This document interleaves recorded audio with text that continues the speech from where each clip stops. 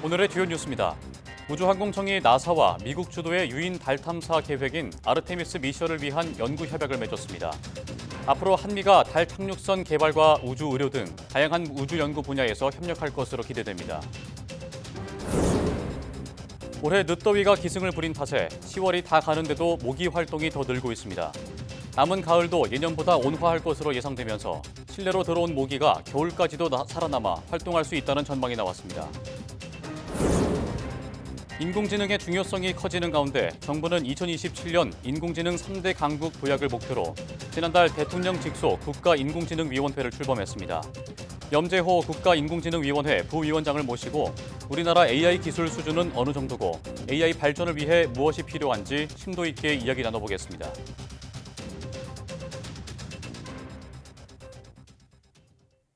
여러분 안녕하십니까? 사이언스 투데이 시작합니다. 우리나라 우주항공청이 미 항공우주국 나사와 달과 심우주 탐사 규범인 아르테미스 연구협약을 체결했습니다. 지난 2021년 세계에서 10번째로 아르테미스 약정에 서명한 우리나라는 나사와 아르테미스 연구협약을 맺은 5번째 나라가 됐습니다. 우주항공청은 이번 연구협약 체결로 달 착륙선 개발과 우주인 지원 도구, 우주의료와 같은 분야에서 공동으로 타당성 연구를 수행할 예정입니다.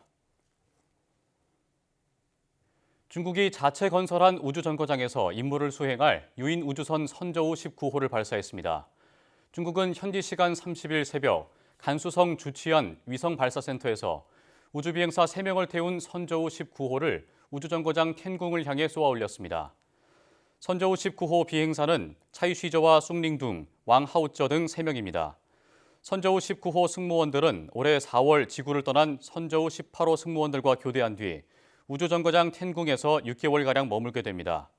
선저우 18호는 다음 달 4일 중국 퉁펑 착륙장에 도착할 예정입니다. 국립환경과학원은 30일부터 정지 궤도 환경위성인 천리안 위성 2B호의 관측 자료를 인공지능으로 분석해 산출한 미세먼지와 초미세먼지 농도 추정치 수치 자료를 실시간 제공한다고 밝혔습니다. 이번에 공개되는 수치 자료를 활용하면 한반도와 주변 지역 미세먼지 농도를 시간별로 확인할 수 있고 지상에서 측정한 농도나 대기질 모델로 산출한 농도와 비교하는 것도 가능합니다. 지상 미세먼지 추정 농도는 환경위성이 관측하는 대기 전체 층 자료에 인공지능 기법을 적용해 지상에서의 농도로 변환한 값입니다. 환경위성센터는 지난 2021년 12월 지상 미세먼지 추정 농도 첫 영상 공개 이후 해마다 검증을 통해 미세먼지의 추정 농도와 실제 지상 관측 농도와의 차이를 보완해왔습니다. 이 자료는 환경위성센터 홈페이지에서 받을 수 있는데 사용자 지침도 함께 제공해 환경위성 자료에 대한 사용자 이해도를 높일 계획입니다. 여름철 폭염과 호우가 이어지면서 계절의 경계가 모호해진 올가을, 기후변화 속에 가을 모기가 기승을 부리고 있습니다. 최근 온도가 떨어졌는데도 모기가 늘어나는 추세인데요. 올해는 대체 언제까지 모기가 살아남아 있을까요? 정혜윤 기자의 보도입니다. 모기가 좋아하는 활동 최적 온도는 25도 이상의 초여름 기온입니다. 32도 이상에서는 개체 수가 감소해 한여름 폭염에는 사람만 힘든 게 아니라 모기 역시 활동하기 어렵습니다. 13도 이하의 추운 날씨에도 활동량이 현저히 줄어듭니다. 하지만 13도만 넘으면 흡혈을 할 수 있어 기온과 환경만 유지된다면 가을과 초겨울까지 모기를 만날 수 있습니다. 올해 가을은 11월까지 대체로 예년보다 기온이 높은 편이라 모기가 활동하기 좋은 환경이 유지될 가능성이 큽니다. 또 최근 어느 가을보다 강수량이 많은 것도 모기 개체 수가 늘어나는 데 영향을 미칠 수 있습니다. 보통 강수량이 많고 습도가 높으면 모기 개체 수가 늘어나고 수명이 늘어나는 경향을 보입니다. 올해는 가을 기온이 높아 모기 활동이 늦게까지 이루어지고 있는데 보통 이럴 경우 개체 수가 점차 증가하는 경향을 보여 늦게까지 모기가 활동할 수 있는 환경이 만들어질 수 있습니다. 서울시에서 채집한 모기 감시 자료 현황을 보면 10월 2주차 605마리에서 10월 3주차 908마리, 10월 4주차에는 1124마리로 온도가 떨어지는데도 갈수록 늘고 있습니다. 특히 10월 마지막 주 기준으로 올해는 서울 평균 모기 활동 지수가 집안으로 모기 침입이 두드러지게 나타나는 관심 단계입니다. 4, 5년 전 같은 기간에는 모기 활동이 거의 없는 쾌적 단계였던 것과는 뚜렷이 비교됩니다. 지금 모기 활동 지수를 보시면 아시겠지만 지금 모기 활동 기간이 지금 예년보다 연장이 되고 뒤로 가는 경향이 있는 것으로 보아집니다. 올해는 남은 가을 예년보다 온화한 날씨가 이어지고 모기 개체 수가 늘면서 겨울까지도 실내로 들어온 모기가 살아남아 활동할 수 있습니다.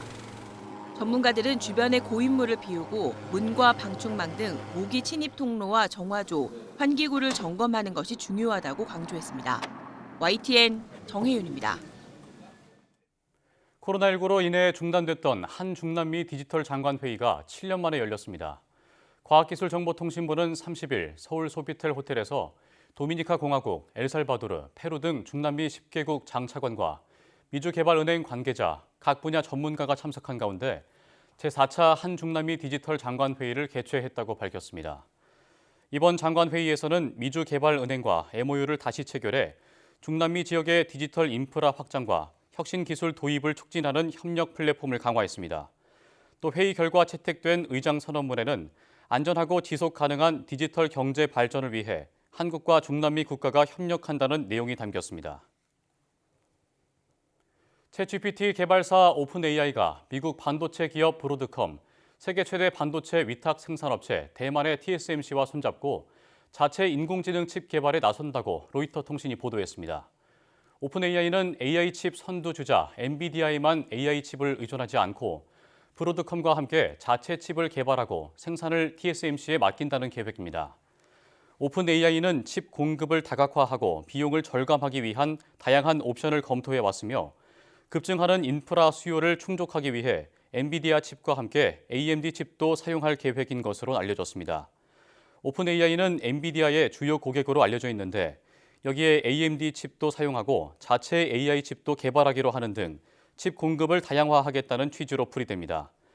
자체 AI 반도체 개발을 위한 동맹 구축에 나선 샘 올트먼 오픈AI 최고 경영자는 지난 1월 방한 때 삼성, SK 측과 만나 AI 칩 협력을 희망한다고 밝힌 바 있습니다.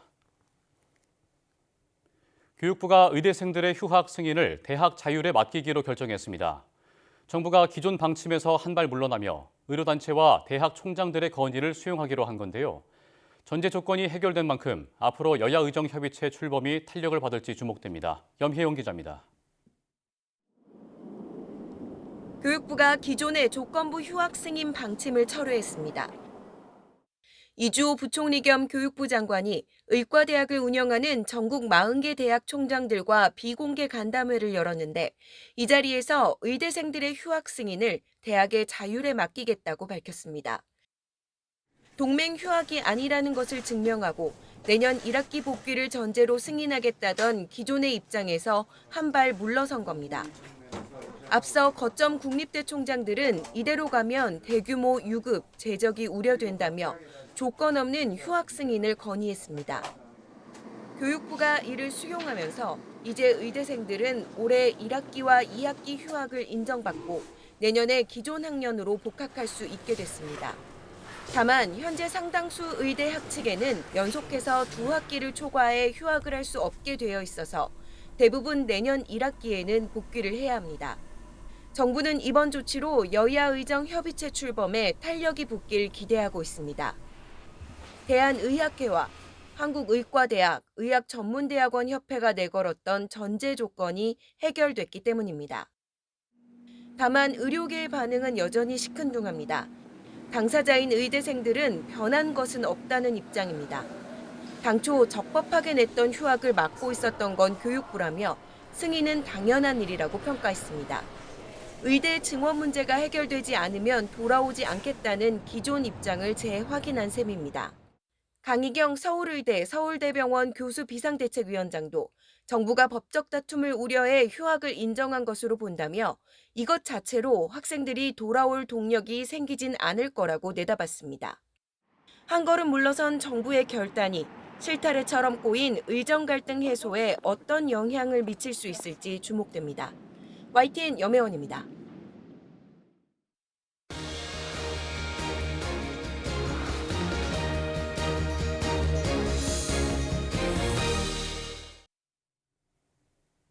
올해 노벨 과학상의 수상 분야를 보면 알 수 있듯 인공지능의 중요성이 더욱 커지고 있습니다. 이제 인공지능은 기술의 발전에서 나아가 문명의 대전환을 만들어내고 있다는 시각이 커지는데요. 이에 정부는 2027년까지 인공지능 3대 강국으로 도약하겠다는 목표를 공식화하고 지난달 국가인공지능위원회를 출범했습니다. 오늘은 염재호 국가인공지능위원회 부위원장님을 모시고 자세한 말씀 나눠보겠습니다. 어서 오십시오. 네, 반갑습니다. 예, 국가인공지능위원회가 출범한 지 한 달이 조금 넘었습니다. 네. 아직 잘 모르는 분들을 위해서 이 국가인공지능위원회가 어떤 기구인지 설명을 좀 부탁드리겠습니다. 인공지능이 재작년에 챗GPT 3.5가 나오면서 사람들을 굉장히 깜짝 놀라게 만들었죠. 예. 그리고 이제 4.0이 나오고 이제 새롭게 계속 발전하면서 한 70년 전서부터 인공지능에 대한 아이디어는 있었지만은 완전히 이제 본격화되고 현실화가 된 겁니다. 예. 지금 미국에서도 인공지능 얘기를 빼놓으면은 뭐 기업이나 어디서도 아무 이야기가 안 된다 그랬는데 이미 윤석열 대통령께서도 뭐 다보스 포럼이나 하버드대 또는 뉴욕대 그리고 또 뭐 유엔 총회에서도 AI가 얼마나 많은 인류 문명사를 바꿀 거다라는 거를 이제 생각을 하셨고요. 과기정통부 중심으로 해서 디지털 신질서 협의체라는 게 있었는데 거기에 제가 이제 대표로서 참여를 해갖고 권리장전 이런 AI 시대에 디지털 권리장전도 만들었고 올 4월에는 AI를 중심으로 해서 AI 전략 협의체 그런 위원회도 만들어서 과기부 장관하고 제가 이제 공동위원장이 됐는데 5월 달에 AI 국가 서밋을 했습니다. 영국에서도 오고 예. 그러면서 대통령께서 이거는 국가적인 어젠다로 해야 되겠다 해서 대통령께서 위원장을 맡으시고 제가 이제 부위원장이 되고 뭐 장관급 강요가 10분 정도 그다음에 나머지 한 35분은 대부분 이제 대기업이나 그 대학의 전문가들 이런 분들이 모여가지고 저희들이 이제 국가 AI 위원회를 출범하게 됐습니다. 예. 작년에 뉴욕대에서 대통령께서도 그 국가 권리장전, 디지털 권리장전을 말씀을 하셨고 또 말씀하신 대로 영국과 공동으로 또 그것들을 발표를 했는데 이 우리나라의 AI 기술 수준이 현재 어디까지 와 있는지가 궁금하고요. 해외와의 그 기술 격차가 현재 어느 정도 됩니까? 예. 이게 영국의 토터스 미디어라는 데서 작년에 이제 평가를 했거든요. 그런데 미국을 100이라고 하면 2위인 중국이 한 54점 정도가 됩니다. 예. 그러고 나서 싱가포르, 영국, 프랑스, 한국이 한 6위 정도인데 거기는 전부 다 20점대 수준에 있습니다. 27점, 28점. 그리고 우리나라가 현재는 27.3으로 6위를 차지하고 있는데 우리가 이제 뭐 반도체 칩도 개발하고 있고 특히 AI 반도체 칩을 우리나라가 이제 HBM을 SK 하이닉스에서 하고 있지 않습니까? 예. 이제 그런 식으로 하고 저변에 확대되어 있는 거, 투자한 거 이런 걸 다 봤더니 국가 경쟁력 수준이 한 6위 정도는 된다. 그렇기 때문에 3년 안으로 이것을 빨리 이제 뛰어넘어서 중국 다음으로 3대 강국이 되겠다라는 목표를 가지고서 지금 국가 AI 위원회가 이제 출범을 한 겁니다. 예. 그렇다면 3대 강국 도약을 위해서 이 국가 AI 위원회에서는 어떤 점들을 좀 강하게 주장을 하면서 논의를 하고 있을까요? 그러니까 사실은 중요한 거가 기술하고 산업에서의 그 인프라를 갖춰주는 게 굉장히 중요하고요. 예. 대기업들만 아니라 스타트업들도 이 AI를 활용해서 무언가 굉장히 많은 고부가 가치의 일들을 만들어낼 수가 있는데 그거를 위해서 약 2조 원 규모의 데이터 컴퓨팅 센터를 저희가 이제 만들려고 하고 그거는 이제 보통 GPU라고 얘기하는 것에 한 1000개 정도가 들어가 있는 그런 아주 대규모의 그런 걸 해서 누구나 이제 쓸 수 있게 한다든가 또 3년 안으로 민간하고 같이 해서 65조 정도의 AI 기반 투자를 하려고 하고 있고요. 그다음에 11월에는 애트리가 중심이 돼 갖고 판교에 또 AI가 사람들이 많이 걱정하는 게 안전 문제지 않습니까? 그래서 AI 안전 그 연구소를 판교에 11월에 출범하고 해서 AI에 관련된 다양한 뭐 기술과 산업을 위한 그 지능책, 그다음에 안전과 보호를 위한 그러한 것들, 그래서 여러 가지 분야에 대한 것들을 다 준비를 하고 있습니다. 그럼 이 AI 발전에는 규제 완화도 중요하지 않습니까? 네. 이 부분에 대해서는 어떤 점들이 좀 시급할까요? 그러니까 규제 완화가 사실은 우리나라가 뭐 이게 유럽 쪽의 영향을 좀 받아서 개인정보 보호라든가 이런 것 때문에 데이터가 제일 중요한 건데 데이터를 쓰지 못하게 발목을 잡는 부분들이 굉장히 많습니다. 그래서 예. 그런 것들을 실명을 없애고 비실명화를 해갖고 데이터를 다양하게 쓸 수 있어야 되고요. 예를 든다면 우리나라가 다른 나라들보다도 건강보험이라든가 의료 쪽이 굉장히 발달되어 있기 때문에 의료 정보가 많은데 앞으로 이것을 다 활용을 해갖고 의료 쪽에서 AI를 가지고서 강국이 돼야 되는 건데 예. 이제 이런 부분에 여러 가지 규제로 이렇게 걸림돌이 많은 것들은 이제 풀어야 되지 않나 이렇게 생각합니다. 예, 의료 분야에서 풀어야 할 문제들도 많고 네. 또 특히 이 우리나라가 이 AI 기본법 제정이 시급하다는 목소리가 또 계속 나오고 있는데 국회에 좀 여전히 발이 묶여 있는 상황이잖아요. 네. 이 부분에 대해서 규제 위주의 법안이라고 하는 말들도 있던데 이게 국가 AI 위원회에서 AI 법 관련해서 또 준비하고 있는 것들이 있을까요? 예, 한 뭐 7, 8가지의 관련법들인데 제일 중요한 게 기본법입니다. 예. 그래서 AI 기본법이 통과가 되면 국가 AI 위원회도 공식적으로 법정 기구가 될 수 있고요. 근데 이제 이게 이렇게 보셔야 됩니다. 미국이 워낙 AI로 투자도 많이 하고 기술이 발전돼 있으니까 유럽은 거의 손을 놓고 있는 거예요. 그래서 영국에서 개발한 기술 개발자들 다 미국으로 건너가서 하고 있으니까 예. 유럽 쪽에서는 뭐 안전이라든가 개인정보라든가 이런 걸 해서 전부 다 규제 중심으로 이제 법을 다 만들고 EU가 만들고 있습니다. 예. 그러니까 두 개의 서로 다른 패러다임인데 우리나라 국회에서도 이거를 산업으로 기술을 진흥시키고 발전시키려고 하는 한 파트가 있고 또 다른 한쪽에서는 뭐 시민단체라든가 이런 데서는 이걸 좀 막아야 된다. AI가 위험한데 규제를 해야 된다라는 EU 스타일의 이제 패러다임이 들어와서 아직까지 조정이 잘 안 된 가운데서 이렇게 있는데 사실 AI 기본법은 AI에 있어서 헌법과 같은 거기 때문에 기본적인 거는 해놓고 나중에 구체적인 일반 법에서는 하나하나가 문제가 되는 것을 이제 규정을 하고 예. 제정을 하면 되는데 일단 기본법도 지금 통과가 안 되니까 좀 답답한 그런 이제 입장은 있죠. 그래서 아마 올해 안으로 가급적이면 이제 여야가 좀 합의를 해서 기본법은 통과를 시키고 예. 그러고 나서 이제 후속적인 법제들이 좀 정비가 되면 좋을 것 같다는 생각입니다. 그렇군요. 기본법이 그 정도로 중요했군요. 네. 예. 모든 분야가 다 그렇듯이 이게 인재 양성 또한 중요하지 않습니까? 네. AI 강국 도약을 위해서 교육 부문에서는 또 어떤 점들이 이루어져야 한다고 보십니까? 글쎄요, 저는 이제 이렇게 AI 그 국가 AI 위원회에서 이렇게 얘기합니다. 우리가 AI 기술을 다 개발하는 쪽으로 갈 필요는 사실 없다. 어떤 면에서는 미국이 만들어 놓은 고속도로에 예. 우리는 그것을 활용을 해서 잘 자동차 타고 잘 달리면 되니까 다양한 분야에서 이걸 활용하는 게 훨씬 더 중요하다. 근데 지금 AI 뭐 대학원들이 각 대학마다 많은데 전부 다 AI 기술을 개발하는 쪽으로 많이 돼 있고요. 그런데 최근에 어느 대학에서는요. 예. 챗GPT 쓰지 않으면은 코딩하고 프로그래밍하는 거에서 점수를 깎겠다 그랬습니다. 왜냐하면 예. 한 10시간 걸려서 프로그래밍 하는 걸로 얘가 10분 안에면 다 해주거든요. 이런 걸 좀 코딩을 해줘 하면 AI가 다 해주는데 쓸데없이 왜 그 일을 하느냐. 이거는 AI한테 맡기고 우리는 이걸 어떻게 활용하느냐는 쪽으로 가야 되기 때문에 이제는 옛날 방식으로 주입식으로 그냥 힘들게 노동하듯이 AI가 됐건 이런 거를 교육을 받는 게 아니라 어떻게 하면 창의적으로 활용할 수 있느냐 하는 쪽으로 이게 바뀌어져야 됩니다. 그러면 그게 금융이 됐건 법이 됐건 의료가 됐건 교육이 됐건 다 전 문명사가 바뀌는 지금 새로운 시스템으로 가고 있기 때문에 사회 시스템 대개조론과 같은 개념으로 접근해야 돼서 교육도 아마 AI를 잘 쓰는 방법들을 이제 어떻게 활용할 수 있는가를 우리 학생들한테 가르쳐 주는 게 굉장히 중요하지 않을까 생각합니다. 분위기가 많이 달라진 것 같습니다. 네. 이전에는 오히려 쓰지 않는 쪽으로 지향했다면 요즘에는 오히려 잘 쓰는 방안을 그럼. 권하시는군요. 네.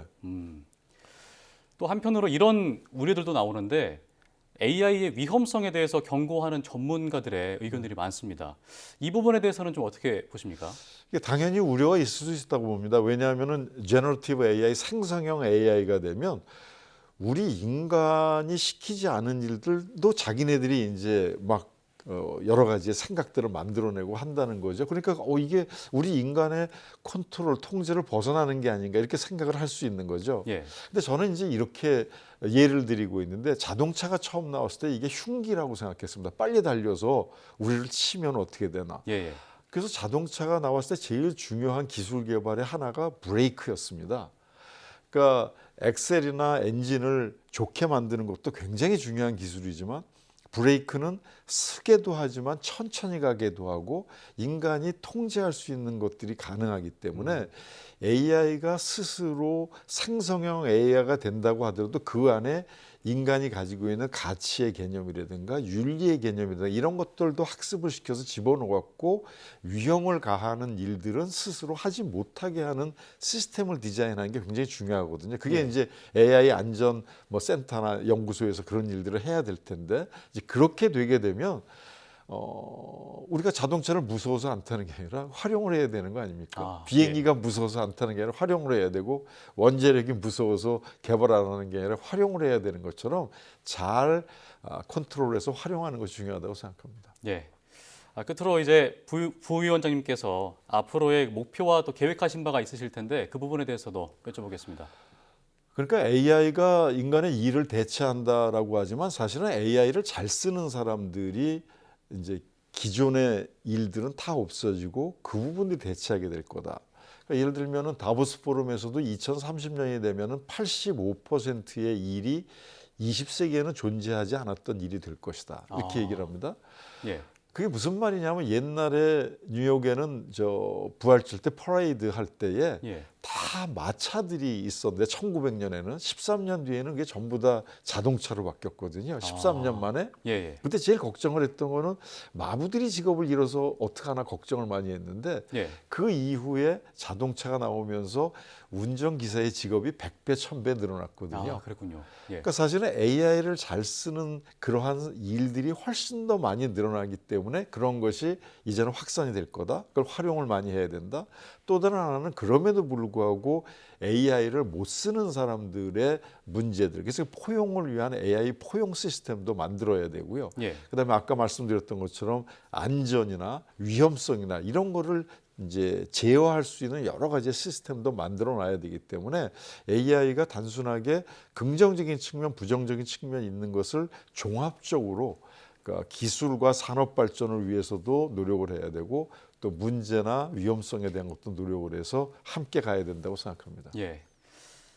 염재호 국가인공지능위원회 부위원장님과 말씀 나눠봤습니다. 오늘 말씀 고맙습니다. 예, 감사합니다.